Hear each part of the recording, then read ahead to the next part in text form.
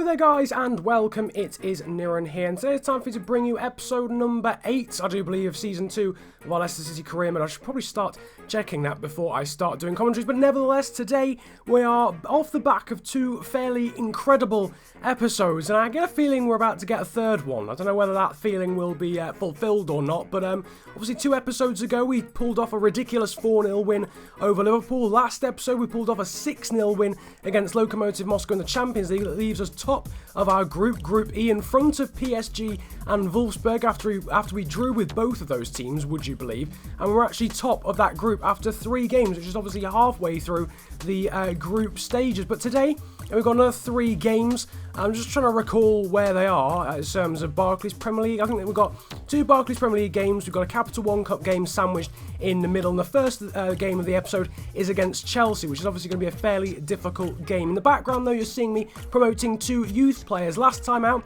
I got a comment in the comment section telling me to go through my youth squad. I'm not going to do that. I'm not going to go through the youth squad because the 2 players I'm promoting are really the only good ones there. And that's Nicholas Boylerson, who's from Denmark, and Revel Story, who's a central midfielder from England.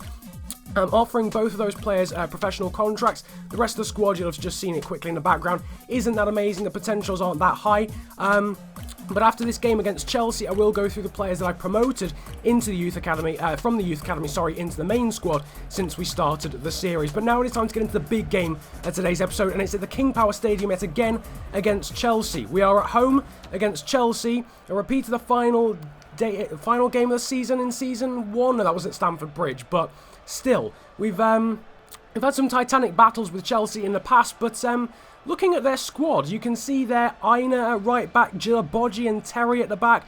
Terry, bearing in mind, is 35 at this point in career mode. John Obi Mikel, a regen called Tevez, Christianatsu. A very, very weak team here from Chelsea, and a weak team has given the ball away after just 5 minutes, and Jamie Vardy is clean through on goal. It's a save from Thibaut Courtois, but Jamie Vardy is there on the rebound to make it 1-0 against Chelsea after 5 minutes. What is going on at the moment? All the games we should be winning, we're losing.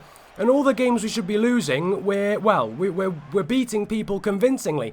And so far, we're winning 1-0 in this game. And just 7 minutes later, Vardy has returned the favour to Patrick Herrmann. And Patrick Herrmann scored. And after 12 minutes, we are 2-0 up against last season's runners-up. We made sure they didn't win the league with that last-minute N'Golo Kante goal. We are beating Chelsea 2-0 after just 13 minutes. Now Wissam Ben Yedder giving the ball to Arnold. The 2 new signings of the summer combining, and Ben Yedder has made it 3-0 after 21 minutes. And let's just step back a second. Let's just step back a second, okay? This is not what I expect, okay, when I play this game. This isn't what I expect. I don't play the big challenging teams in order to thrash them 3 or 4-0. So I don't quite understand why it's the big teams that seem to be easy to play against. And as you can see, Patrick Herrmann going through again, but a great one-handed save from Thibaut Courtois. But this is starting to get ridiculous. It's almost like playing the big teams is easier than playing the smaller teams that you're meant to beat. And at half-time, we're winning 3-0. And I'm not overly happy with it, to be honest with you, because it's just not realistic. I know these things do happen occasionally. A big team will thrash another big team, but it doesn't really feel right that it's happening on a regular basis this season. To be fair, Chelsea are going forward. They've hit a crossbar. They've had a few chances, and Kasper Schmeichel's had to make a save. Now Oscar's going forward and forces another save out of Kasper Schmeichel. So in fairness, Chelsea probably should have scored a good 1 or 2 goals in this game, and Cesc Fabregas has now hit the crossbar as well. So maybe our 3-0 lead is a bit of a flattering scoreline, because Chelsea could have easily scored, and Schmeichel putting the crossover from Aina over the bar because it somehow almost went in. As you can see, Loic Remy now forcing a good one-handed save from Kasper Schmeichel. We are still winning this game 3-0 somehow, but Chelsea are dedicating so many players forward that it's allowed Pione Sisto to find Wissam Ben Yedder. He takes the shot on, Courtois saves it, but who is there? Jamie Vardy, and this is now even worse. Don't get me wrong, this is a great scoreline. If Leicester went and beat Chelsea 4-0 in real life, I'd be really happy, but it just doesn't feel right. It feels slightly better now, which is weird to say, because Loic Remy has at least scored for Chelsea, which, to be fair, they did deserve. I think they could have quite easily drawn this game 4-4 with the amount of chances they actually had, and they actually scored again in the 90th minute. Loic Remy again with a header. Kasper Schmeichel, by the way, was pretty poor for that Loic Remy first goal, it has to be said. Came out and flapped it has to be said, but the amount of saves he made, I will forgive him in this game. As you can see, though, in the background, Loic Remy's second goal of the afternoon was chalked off for offside, so the game does end 4-1. Yes, we've beaten Liverpool 4-0, we've beaten Lokomotiv Moscow 6-0, and now in back-to-back episodes, we've beaten Chelsea 4-1 in terms of, you know, all those things happened in the last 3 episodes. Jamie Vardy, unsurprisingly, getting man of the match with his brace. Ben Yedder getting an 8 rating as well. But just leave your thoughts about this in the comment section, because I'm on Legendary difficulty. I can't make it any harder. But for some reason, it's weird. I can't make it any harder, but at the same time, it is still hard when I play the easy games and the easy teams. So I don't really know what to do when it comes to the big teams. They come out and attack, and they just leave massive amounts of space at the back, and it's very easy to exploit. So just leave your thoughts in the comment section whether maybe this is the same for you guys as well. In the background, though, I promised I would show us a sort of what's it, Majiggy? A tour of the players that have been promoted from our youth academy, so made-up players that have been promoted from our youth academy now into the main team. You've seen all the previous players, about 7 or 8 here, and now the last 2 being players that are out on loan. There you can see Lasse Ling is actually a 5-star skiller, but here are the other ones and their growth so far. I've seen their player info and stats a moment ago. Miyake, the best growth so far, he's up 361. Lasse Jonsson, a centre-back, is at 57. Oliver Jensen, who's a centre-forward, he's at 51. Nicholas Boylerson's fresh out the youth academy, that's why there's no growth for him, but he's a centre-back.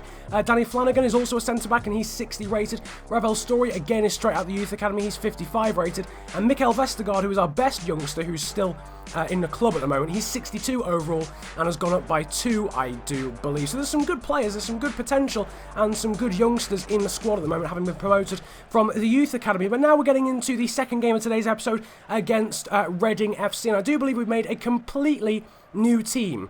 I think it's 11 changes for this game, and Luka Zahovic is one of them who's come in, and this guy is really impressing me. There was one guy in the comments that was constantly telling me to get this guy, and he was bang on, because he's from Slovenia, and he is very, very good indeed, forcing a fantastic save from Ali Al-Habsi. But after a fairly quiet first half, Ravel Story, the man from the youth academy, the young Englishman, is coming on for Gökhan Inler. Is a bit of a lookalike, really. And the first action from Ravel Story was to put a really good through ball into Okazaki, who then crossed the ball into Francois Coman at the back post. Unfortunately, Okazaki was offside, but it did end up going in. But now you can see Ravel Story has played through Okazaki again. Okazaki shoots. Al-Habsi gets something on it with his foot, but it crosses the line nonetheless. Michael Hector tries to clear the ball away, but Shinji Okazaki, after a very quiet game for both sides, has put us in front, and it's Ravel Story making his full debut after being promoted from the youth academy that has got the assist, and it's a very nice assist at that. As you can see in the background though, the ball did in fact cross the line. There's my goal line technology,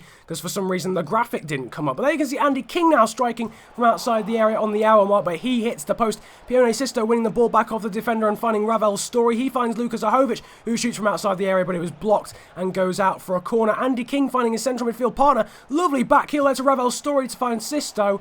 And unfortunately, I thought Sisto was offside, and that's why I played the shot, but he wasn't, and Story could have had his second assist of the day. Danny Flanagan, who's now off the bench, is trying to defend a 2-on-1 situation, and has done so magnificently, and he puts the ball out for a corner, but it could have been a lot worse after there were 2 Reading attackers against him. The one sole Leicester defender, and him, Makianok and Ravel Story came off the bench, and all 3 of them were very solid. As you can see, Ravel Story is a substitute after half-time, getting a 7.9 rating. He was my man of the match personally. Good ratings as well though for Okazaki, Liam Moore and Luka Zahovic. So we win the game 1-0, and we've qualified now for the 5th round of the Capital One Cup. And good to see the youngsters getting out, the Youth Academy graduates, not just the youngsters that we've bought, but the actual Youth Academy graduates as well, getting out onto the pitch and doing well. In the background though, you can see training. This is the final training session for the 3 players, Mbolo, Tarajai and Zahovic.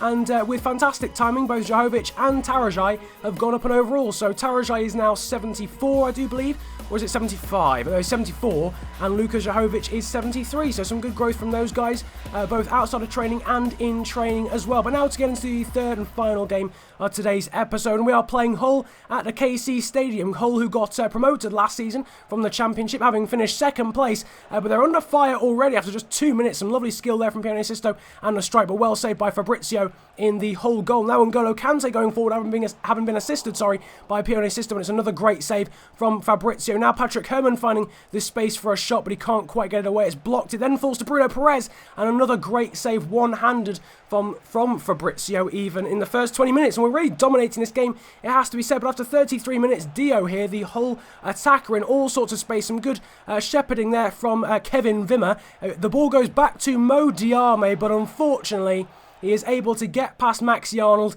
and is taken down. It looked fairly sceptical. It looks as if Arnold had got the ball, but the most audacious of penalties taken by Abel Hernandez to give Hull the lead, whether it was a debatable decision or not. It is 1-0 to Hull at their home stadium after 35 minutes with a lovely chip goal. Very cheeky, but lovely execution, it has to be said, from the Uruguayan striker. We are still going forward, though, and after Hull really scored from their first attack of the game, Brildon Embolo trying an overhead kick.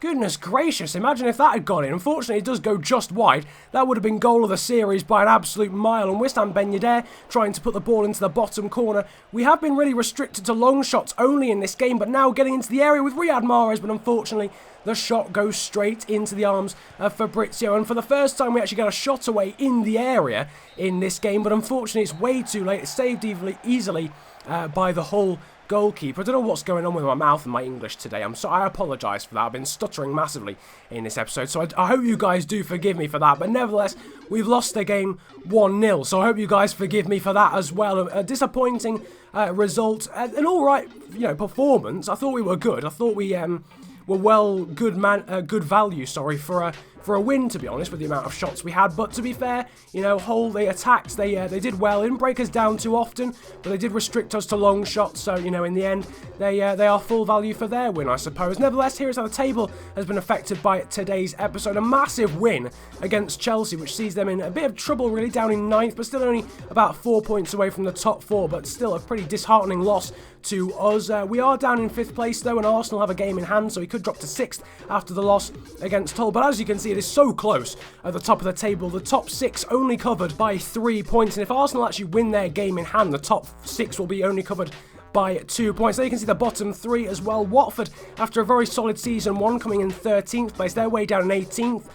Joint with Southampton in 17th, and Burnley, the newly promoted side, and Crystal Palace also occupying the relegation zone. Palace with only 1 point after 11 games. Also worth noting, the other promoted team for this season is Fulham. In case you hadn't noticed, they're in 14th, so they've had a pretty good start to the season. 14 points after 11 games, and in 14th place is a pretty decent start for them. But nevertheless, I hope you have enjoyed today's episode of Leicester City Career Mode. I almost forgot, there is actually a question of the day, so a straw poll will be in the description below. This is sort of your chance to engage and really shape the series, if you like. My question of the day is quite similar to one we've had before, but I asked you to comment it instead, and it'll be a straw poll showing all the positions on the pitch, and you guys basically will vote to what we should strengthen, what position we should strengthen in January, whether that be through immediate transfers and selling other players, or whether that be through pre-contract agreements. If you have any suggestions for players as well, drop them in the comment section as well, and say whether they're an immediate transfer or whether they are pre-contract as well, and say if there's anyone that you would like me to sell in the next transfer window as well. But nevertheless, hope you have enjoyed today's episode. As I said a moment ago, like the video if you did enjoy. 80 likes or 100 likes would be massively appreciated if you did enjoy. Subscribe if you're new around here as well, and comment about enjoying the video if you enjoyed it that much, as well as, of course, leaving me players to sign and voting on the straw poll. But nevertheless, it's been a pleasure ranting at you guys today. Have a good day, enjoy yourselves, and goodbye.